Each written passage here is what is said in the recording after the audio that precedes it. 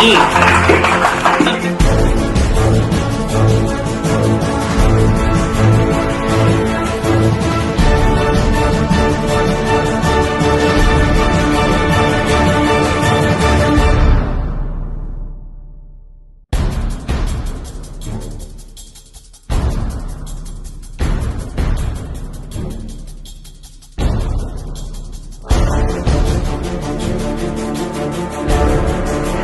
आगे एक बैग हुए कंप्लीट का जो है कि वो वही चचा भी बैठेगा सामने।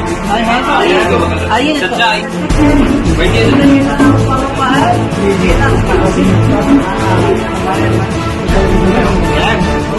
आज ने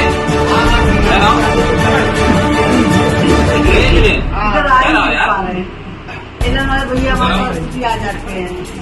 देखिए आजकल बच्चों ने उनको बुलाया था, हमारे बच्चों ने आज एक साफ हाउस का दुकान का उद्घाटन था। ये हम जब से ये बना है तब से मैं इसमें आ रही हूँ। एक बार लेकिन इधर थोड़ा गायब हो गया था। मैं इन बच्चों को बधाई देना चाहती हूँ कि उन्होंने बुलाया, पुरानी यादों को ताजा कर मैं भगवान से और अल्लाह से प्रार्थना करूँगी। दुकान